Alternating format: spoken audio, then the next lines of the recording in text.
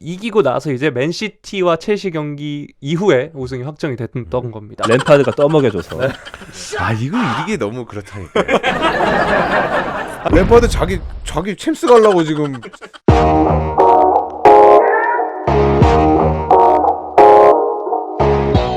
리버풀의 30년 만의 우승, 그 우승을 대한민국에서 가장 기뻐할 만한 한 남자를 모시고 볼류 FM 해외 축구 토크쇼 헤헤헤 지금부터 달려봅니다. 리버풀 팬을 넘어서 축구 팬이라면 이제는 누구나 아는 리버풀 펍 봉황당의 당주 김성민 대표님 오셨습니다. 반갑습니다. 아, 네, 안녕하세요. 저는 리버풀 펍 봉황당에서 개겐 프레싱을 담당하고 있는 김성민이라고 합니다. 아, 뭐라 해야 되지? 그냥 김씨. 김씨라 하세요. 네. 진짜요? 네, 김씨가 괜찮은 것 같아요. 근데 이제 오늘 받은 명함은 네. 봉황당 뭐 식경이라고 써 있는 게 아니고 8805 더 트루스 네버 슬립스라고 되어 있는데 리버풀을 놀릴 게 없다고. 네네네. 더 이상. 네. 하지만 아직도 우리는 하나 남아 있잖아요. 전범풀이라는 네, 이미지가 우길기죠, 남아 있죠. 우길기. 사실 되게 가혹한 별명입니다. 네. 이와 관련돼서 영화를 좀 만들어 보자. 아. 그래서 영화를 만들어 보자 해서 좀 나대고 있어요. 네. 네, 영화도 모르는데 그 영화 팀들이랑 해서 우길기의 진상을 좀 알리는 포커스는 이제 유럽 쪽에 맞춰서 다큐멘터리 영화를 만들고 있고 그런 프로젝트라고 생각하시면 됩니다. 네, 재밌겠네요. 재밌는데 돈이 많이 들어가는 그러니까요. 봉황당이 장사가 아주 술을 비싸게 파나요? 술에 물을 타나요? 물은 안 타는데 조금 비싸. 리버풀이 우승이 확정된 날에 뭐 하셨는지 한번 여쭤보고 싶어요. 우승이 확정된 게 맨시티 첼시전이잖아요. 네. 술을 많이 먹었어요. 그래서 한 2시쯤에 집에 들어왔는데 왠지 느낌이 이상한 거예요. 뭔가 안 보려고 그랬어요. 당연히 맨시티가 이길 줄 알고. 그래서 라면으로 막 해장을 하면서 버티며 봤죠. 심지어 이제 그 국민체육진흥공단에서 하는 배트맨 토토 네네. 합법적인 거니까 네네네. 거기에 이제 맨시티에 5만 원을 걸었습니다. 제가 맨시티 승에. 네. 물론 우승한 건 좋은데 딱 끝내고 그 다음 경기가 저희랑 맨시티였거든요. 네네. 그렇죠. 우리가 또 맨시티한테 좀 강하거든요. 네네네. 그래서 박살 내면서 딱 이렇게 끝내고 싶은 마음이 있었는데 우승하는 순간에 우승했습니다 하고 바로 리버풀 선수들이 이렇게 되는 나도 집에서 해야 되는데 스털링의 씁쓸한 원택 탁 잡고 그죠. 그런 걸 보고 싶었는데 전반부터 뭔가 이렇게 좀 꼬이더라고요. 그래서 그거 보면서 우승을 했대요. 와 우승이다가 아니고 우승 맞나? 그러니까 그렇게 얼떨떨한 기분으로 이렇게 있었고 좋으면서 안 좋았거든요. 근데 또 알겠습니다. SNS는 난리가 난 거야. 다. 위아 챔피언 하면서 다 막 피드 올라오고. 네네네. 저도 하나 억지로 그냥 올린 거죠. 너무 기다렸다 이렇게 얘기는 했는데 사실은 좀 약간 찝찝했어요. 그쵸. 그러니까 그 피드 게시물도 이를테면 현장에서 찍힌 뭐 핸더슨이랑 다 그죠, 같이 와 이런 사진을 올릴 수 있으면 좋은데 그게 아니고 선수들끼리 경기를 보고 있더라고요. 낚시자 같은 거에 앉아가지고 그러니까 얼마나 초라해. 와가지고 막 이렇게 해야 되는데 그게 좀 아쉬웠습니다. 자, 그러면 클롭 감독 부임 이후 다양한 영입 선수가 있었는데 한 명씩 뽑아볼까요? 최고의 영입 클롭 아래에서 한 명이요? 네, 딱 한 명만. 반다이크 아닐까? 반다이크. 네. 반다이크를 빼면 마네. 저는 마네. 진짜 그 짤츠부르크 라이프치 출신들이 일로 많이 넘어오잖아요. 혹은 뭐 나겔스만의 지도를 받았던 선수라든가 그런 선수들이 클럽이랑 잘 맞는 게 이제 에너지 레벨이 너무 높고 아까도 얘기했지만 그렇게 격렬하게 뛰면 아무것도 안 보일 것 같은데 얘는 그렇게 뛰면 선수 머리가 맑은가 봐요. 난 그게 너무 신기해요. 저는 만약에 반다이크는 최고의 그거긴 한데 다른 의미적으로 보면 마네도 좋지만 살라를 또 최고 영입으로 뽑을 수 있을 것 같아요. 물론 전 살라를 그렇게 좋아하진 않는데 리버풀에 대한 대외적인 이미지가 가장 포커싱을 확 끌어오는 게 살라였던 것 같아요. 그쵸. 그래서 미디어의 모든 관심을 리버풀로 끌어당겼던 좀 인물이 좀 살라인 것 같아요. 그런 의미에서 살라가 또 좀 최고 영입이라고 보고 반다이크는 이제 팀을 완성시키는 그쵸. 최고의 카드였다. 이렇게 두 개로 좀 볼 수 있을 것 같아요. 저는 무조건 로버트슨입니다. 왜요? 일단 반다이크는 일단은 사우스햄튼부터 너무 잘했어요. 원래 잘했다. 네, 원래 잘했고 굉장히 주목을 받았고 이적료도 비싸고 또 뭐 마네나 살라도 약간 그런 알리손도 그렇고. 근데 로버트슨은 진짜 C급 소리 듣던 애를 예. 월배까지 이제 가잖아요. 그쵸. 그러니까 네. 저는 로버트슨. 이렇게 저희가 지난 시즌까지 돌아봤고요. 드디어 올 시즌 코로나로 잠깐 중단됐다가 아직까지도 시즌이 이어지고 있는 이번 시즌 얘기를 한번 해보도록 하겠습니다. 제목 자체가 압도적인데 묘하게 다사다난한 2019-2020으로 적혀 있는데 마침내 이번 시즌이었습니다. 승점 차만 보면 굉장히 순탄했다라고 느꼈죠, 모두가. 하지만 우여곡절이 많았습니다. 이번 시즌 쉽게 우승했다고 느끼시나요? 아니면 어려웠다고 느끼시나요? 저는 쉬웠던 것 같아요. 솔직히 쉽지 않았네요. 뭐 네, 객관적으로 솔직히 쉬웠죠. 그 네. 코로나만 아니면 되게 쉬웠죠. 긴장감이 없었다? 네, 긴장감이 없었고. 아무래도 리버풀이 잘한 것도 있는데 라이벌 팀들이 좀 무너진 것도 있지 않았을까요? 그렇죠. 맨시티밖에 없었는데 라이벌할 팀이 맨시티 뭐 한때 레스터보다 아래에 있었으니까. 예. 근데 그것도 그렇고 약간 그 전 시즌에 아깝게 미끄러진 거에 대한 그 리버풀 선수단과 코치진의 그런 약간 동기부여가 진짜 절정이었던 것 같아요. 이 악물고 뛰는 게 보였어요. 모든 한 경기 한 경기가. 그래서 이거는 어느 순간부터는 그 모습을 보면서 이거는 이번 시즌 무조건 우승하겠다. 그래서 저 이거 알리송 킷인데 네네. 한 2경기 한 거 보고 네. 그 패치 지난 시즌 그냥 박아버린 거죠. 그러네. 0809 패치네요. 그냥 그거를 그냥 박아버렸어요. 아. 할 것 같다. 그런 좀 확신이 좀 들었었습니다. 네. 그럼 이번 시즌 처음부터 한번 훑어보겠습니다. 이번 시즌이 제일 뜻밖이었던 거는 아무래도 영입이 마땅한 영입이 없었다라는 건데요. 영입 어떻게 이루어졌죠? 판덴베르흐라는 네덜란드의 수비수 유망주 그리고 후보 골키퍼가 미놀레랑 카리우스가 다 나갔으니까 아드리안을 데려와서 후보로 삼았다. 아드리안은 이제 뜻밖의 알리손이 초반에 좀 빠져서 좀 뛰긴 했죠. 그거 둘 빼고는 영입이 없었죠. 그러니까 그런 골키퍼 변수만 없으면 사실은 1군에 뛸 만한 선수를 아무도 안 산 거죠.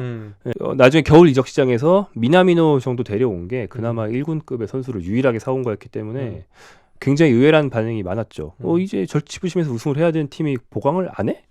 돈도 많은 팀이? 이상한데 약간 이런 반응들이었죠. 네. 반면에 그 방출은 좀 많았다고 들었거든요. 네, 뭐 다는 아니고 상당수가 잉여긴 했습니다만 스터리지, 모레노, 잉스, 미놀레, 클라인 뭐 딴 데 이미 임대나 뭐 이런 걸로 가 있을 때들도 있는데 그래도 최소한 이름들은 다 들어본 선수들을 불러들이거나 하지 않고 그냥 다 보내버렸죠.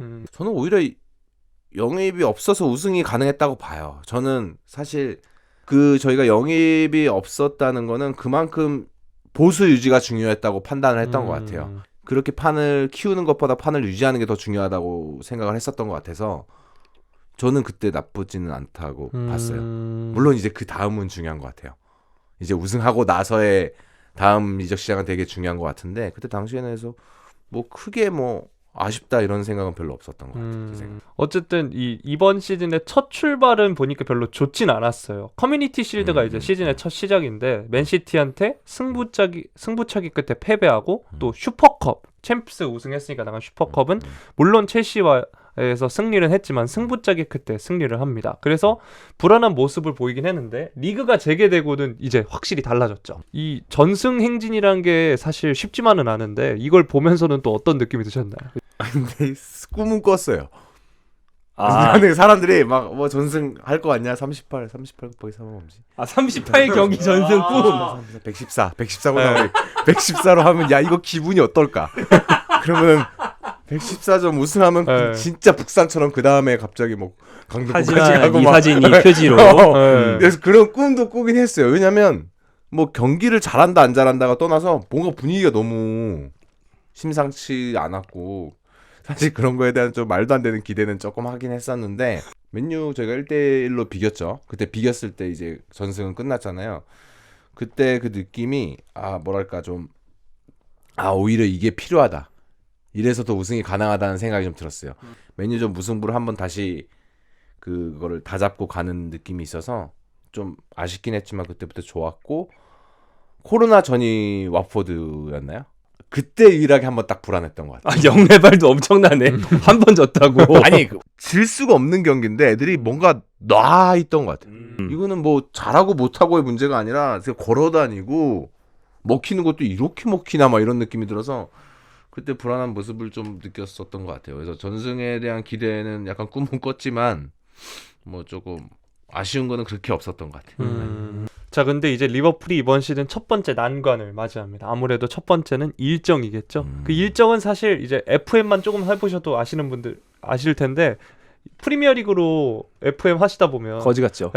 리그컵, FA컵, 챔스 그리고 이제 그 전 시즌에 모두 우승을 하면 앞서 제가 말씀드렸던 커뮤니티 실드, 슈퍼컵, 그리고 클럽 월드컵 하러 이제 또 다른 대륙으로 주로 가잖아요. 그게 지금 문제가 됐습니다.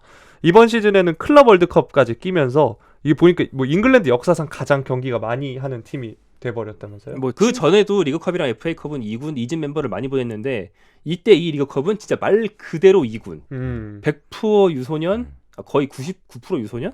그리고 2군 감독인 닐 크리칠리라는 분을 보내고 클럽은 가지도 않았죠. 네. 그 감독 한 명은 뭐 비행기 타고 왔다 갔다 해도 이틀 연속 할 수 있으니까 뭐 하고 가서 클럽 월드컵 할 수도 있는데 클럽 감독 그것도 거부하면서 2군 감독한테 맡기겠다. 그렇게 했죠. 그래서 이 리그컵 경기에서 빌라에 0대5로 대패하면서 깔끔하게 탈락을 했고요.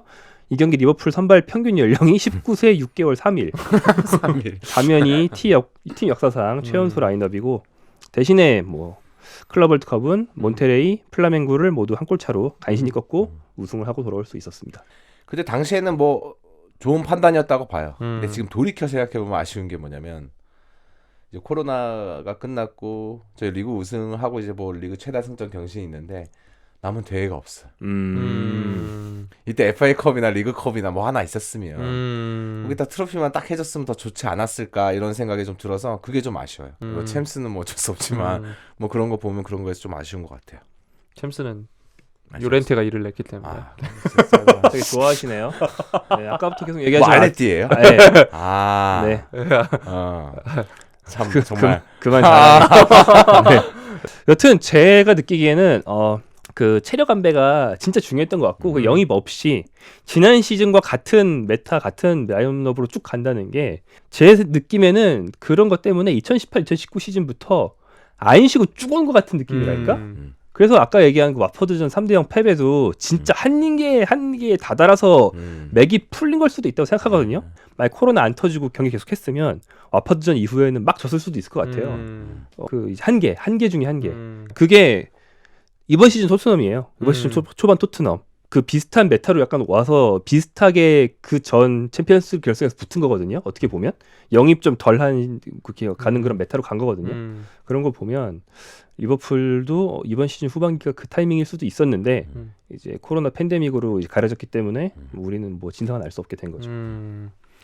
어쨌든 클럽 월드컵은 남미 우승팀과 이제 북중미 우승팀을 모두 꺾고 우승을 했습니다. 예. 어쨌든 우승 트로피 하나를 더 추가를 했네요. 네, 패치가 생긴다는 게 이게 또 간지죠. 내 유니폼이 멋있어진다. 네, 멋있어요. 네. 그런 컬렉터들은 좀 알 겁니다.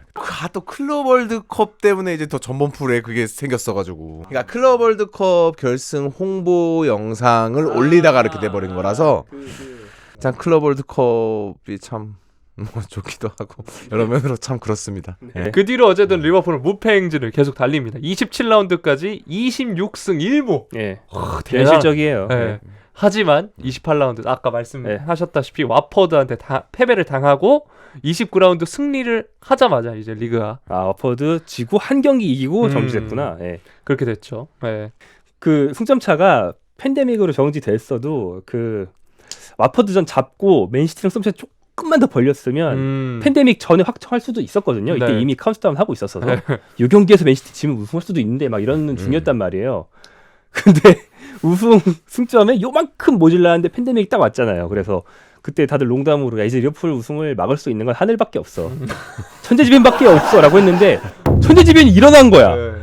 그래가지고 진짜 다들 와 하늘이 허락하지 않는구나 이런 느낌을 좀 받은 사람들이 있었죠. 예. 그때 좀 타격 왔던 거 같아요. 다른 리그 하나씩 정리될 때 왜 그래도 이렇게 돼야 되는데 갑자기 진짜 끝내버리니까 우승팀 없음으로 끝내니까 야 이건 좀 심한데? 그때부터 약간 좀 불안했던 것 같아요. 라리가도 이대로 시즌이 취소됐으면 했거든요. 그때 3위였어요? 못했기 때문에 6인가 6위였어요? 지금 좀 올라오고 있어서 지금 취소했으면 좋겠네. 네.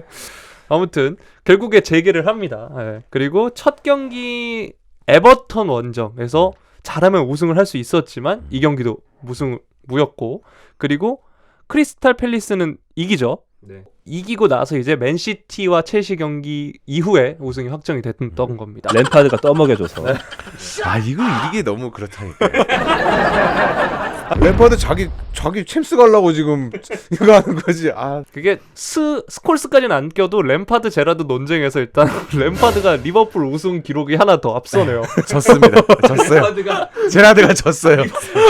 졌습니다. 커리어적으로 일단 램파드 압승. 네. 아무튼 7경기 남기고 우승한 건 잉글랜드 최단 시점 우승 타이 기록이랍니다. 네. 두 분은 우승의 가장 큰 요인은 뭐라고 생각하시나요? 빡침. 그러면 공무원 시험을 보는데 만약 70점이 커트라인데 69.9로 떨어진 거야. 근데 70점만 넘으면 난 이제 완벽한 삶을 살 수 있어. 그럼 완전 다를 것 같지 않아요? 그냥 그런 느낌의 마인드가 가장 큰 게 있지 않았나. 김정용 기자님은 뭐 전술적으로 보든 어쨌든 요인은 뭐라고 생각하세요? 클롭은 새로운 전술을 아예 만들어가는 사람은 아니지만 예전에 있던 거를 굉장히 잘 활용하는데 그 전 시즌 토트넘과의 챔스 결승이 그 요즘 전술 트렌드를 제일 잘 반영한 결승이라고 보거든요. 뭐냐면 한 감독인 전술가인데 한 가지 포메이션만 쓸 수 있는 게 아니에요. 그러니까 뭐 비엘사처럼 하나만 할 수 있는 게 아니고 여러 가지 포메이션 쓸 수 있는데 그 감독 아래서 비교적 오랫동안 조련받은 선수가 여러 명 있는 팀이 이 감독의 전술을 완벽히 숙지해서 경기 중에 선수 교체 없이도 전술을 계속 바꿀 수 있고 리버풀은 맨날 선발 라인업이 똑같아 보여도 미묘하게 조금씩 달라요. 그 뭐 경기 중에 그 선수 교체 없이 뭐 바이날도 아니면 케이타 측면으로 보내고 살라 원톱으로 올리면서 4-3-3으로 시작했던 게 4-2-3-1로 바뀌고 뭐 4-4-2로 바뀌고 이런 거를 상대 전술에 따라서 가위바위보를 계속 낼 수 있어요. 선수 교체를 안 해도. 원래 축구는 선수 교체 3명이니까 최대 3번만 바꿀 수 있다고 생각하는 사람들이 많은데 리버풀은 계속 바꿀 수 있거든요. 그러면서 아까 그 이제 김 씨가 얘기한 그런 미묘한 한 골차 승리 같은 게 이번 시즌 유독 많았던 것도 상대가 리버풀에 조금 뒤져. 그래서 좀 전술적으로 이겨보려고 상대방 감독이 머리를 써서 이런 수를 낸다. 그럼 클롭 감독은 교체도 안 하고 쟤네가 뭐 측면을 이렇게 해? 그러면은 바이날둠 측면 가서 막아. 이렇게 쓱 해버리면 알아듣고 수행할 수 있는 선수들이 되게 많았어요. 그래서 이 팀은 전반적인 전술 이해도가 높고 클롭이 그걸 잘 주입시켜놨다. 이게 토트넘도 뭐 지금 이번 시즌 말고 그 전 시즌 챔스에서 결승에서 리버풀이랑 붙을 때 보면 그 선수 교체 없이 전술을 계속 바꿀 수 있었거든요. 손흥민을 올렸다가 내렸다가 시스코를 측면으로 보냈다가 중앙으로 보냈다가 이게 되는 애들이 여러 명 있으면 팀이 유연해지는데 리버풀이 그게 되죠. 뭐 바이날둠, 핸더슨, 피르미누, 마네 이런 애들이 대표적으로 감독이 시킨 거를 진짜 정확하게 수행할 수 있는 애들 이런 애들이 많으면 이게 됩니다. 뭐 그런 면에서 리버풀이 굉장히 높은 완성도가 있고 뭐 펩처럼 완전 새로운 축구를 막 만드니 많이 이런 건 아니지만 기존에 있는 모든 축구를 제일 잘 구사한다. 그러니까 이런 식의 전술적 완성도가 있는 거죠. 그 펩이랑 비교하셨는데 제가 그 요즘 원래 축구만 얘기하다가 880 하니까 이제 사회운동가들을 만나잖아요. 이제 맨시티 감독이랑 리버풀 감독의 차이가 뭐냐고 그렇게 막 물어봐요. 그럼 저는 이렇게 펩은 약간 정치의 좌파적인 성향이 좀 있어서 사회 체계가 문제가 있으면 근간을 흔들어서 무너뜨리는 전략을 만들고 클럽은 보수주의자들이 지향해야 될 거다. 문제점을 개선하고 이 사회가 유지되는 이 방향으로 간다 해서 정말 제가 정치 성향을 말하는 건 아니지만 이 클럽 감독이 말씀하신 게 정확한 것 같아요. 그러니까 있는 자원에서 문제점이 있으면 그거를 좀 크게 그 판이 무너지지 않는 선에서 잘 바꿔내면서 그 활용할 수 있었던 게 그게 가장 큰 좀 원인이었던 것 같아요. 전술적으로 보면. 복지국가 모델. 이 정도 케인즈주의 정도 되겠네요. 네, 맞나? 그러면 클럽도 K방역, K가 아니고 K 축구 그런 거 아니구나. K-팝이랑 헷갈리게 클럽의 K를 붙인다. 네, 뭐 그런 느낌이 좀 있을 것 같아요. 알겠습니다. 바로 마지막 얘기 해보도록 하겠습니다. 그렇다면 이번 시즌 최고의 선수를 한 명씩 뽑아보도록 하겠습니다. 저는 무조건 핸더슨. 핸도. 네, 무조건 핸더죠. 이거. 네. 그 핸더슨의 그 표정에서 다 보이는 것 같아요. 누구보다 더 간절해 보이는 게 좀 있고 저는 챔스 결승에서 전 시즌에 결승에서 우승하고 아버지 안으면서 이렇게 우는 모습을 보면서 진짜 모든 선수들이 우승에 대한 부담감이 있었지만 이게 짊어지고 가는 그 느낌이 정말 엄청 그 무게감이 엄청 컸었다라고 생각을 해요. 저희 비슷한 관점에서 뭐 제라드, 스콜스, 램파드 이 논쟁이 있잖아요. 뭐 제스램 누가 위냐 뭐 이런 식으로. 제스램. 리버풀 팬들은 제스램이라고 하는구나. 공연전, 연고전 이런 거. 제스램의 관점으로 보는데 뭐 이 분석을 할 때 제라드는 그 선수랑 다른 느낌이 있었어요. 뭐냐면 혼자 다 짊어지어 가야 하는 그런 포지션이 있었어요. 그렇죠. 스콜스는 그 긱스도 있었고 이거를 음. 같이 가져가던 에이소의 그 캡틴의 무게감이 캡틴도 아니었지만 그 무게감을 나눌 수 있었고 램파드도 존 테리도 그렇죠. 체으도 그런 거를 잡아갈 수 있는 사람이 있었는데 제라드는 그게 없었거든. 다 떠나고 혼자 이렇게 짊어지는 느낌이 있었는데 근데 핸더슨의 그 어깨에 그 제라드의 그 얼굴이 보이는 느낌이 좀 있었어요. 아까 얘기한 것처럼 예. 신발 위에 무파사처럼 하늘에 제라드가 내려다보는 그런 게 느낌. 있어서 아 진짜 얘는 뭐 만약에 조금 이거보다 못했다 하더라도 얘는 우리 자체 MVP를 주면 얘는 얘가 돼야 된다. 저는 그렇게 생각합니다. 핸더슨은 왜 그렇게 어깨가 좁을까요? 걔는 승모의 문제예요. 세모 어깨라 그런다. 이게 승모라서 이렇게 되는데 얘가 만약에 승모가 조금 덜 있었고 그래서 어깨가 조금 뒤로 펴졌다면 핸더슨에 대한 평가는 또 달라졌을 거라 생각해요. 핸더슨이 그 핏이 약간 제라드처럼만 조금만 더 나왔다면 이적 시장도 바뀌었을 것 같고 핸더슨의 승모까지 얘기할 줄은 꿈에도 몰랐네요. 직각 어깨였어야 되는데 승모가 너무 많다. 승모근이 이쁘지 않은 핸더슨이 최고의 선수였다고 썰김께서 얘기해 주셨고요. 그러나 다른 썰김님은 저는 뭐 욕 많이 먹고 하지만 뭐 이번 시즌 최고는 아닐 수도 있는데 저는 피르미노 얘기를 한번 하고 싶어요. 얘기를 안 했는데 피르미노는 진짜 많은 걸 해주는 애고 약간 좀 한국인처럼 생겼잖아요. 그렇죠. 제가 전 직장에 영업부 과장님이랑 진짜 닮았어요. 그렇게 생겨서 조금 더 키 작고 왜소한 한국 사람 어디 있을 것 같지 않아요? 안경 쓰고. 저는 이게 개인적인 거니까 저는 아놀드요. 아놀드. 네, 저는 제가 해축을 본 이후로 베컴 이후로 가장 완벽에 다다른 잉글랜드의 오른발. 아놀드는 심지어 왼발도 좋아요. 어. 가끔 보면은 오른발 코스 막히면 접고 그냥 맨발로 롱패스 때리는데 뭐 50m 날아가서 로버트슨 발에 딱 떨어집니다. 이게 신기해요. 뭔지 알 것 같아요. 그 횡으로 네. 때렸을 그 둘이 공격하잖아요. 네. 아놀드 롱패스, 로버트스 오버래핑, 크로스 아무나 골. 요거. 미들이 없어.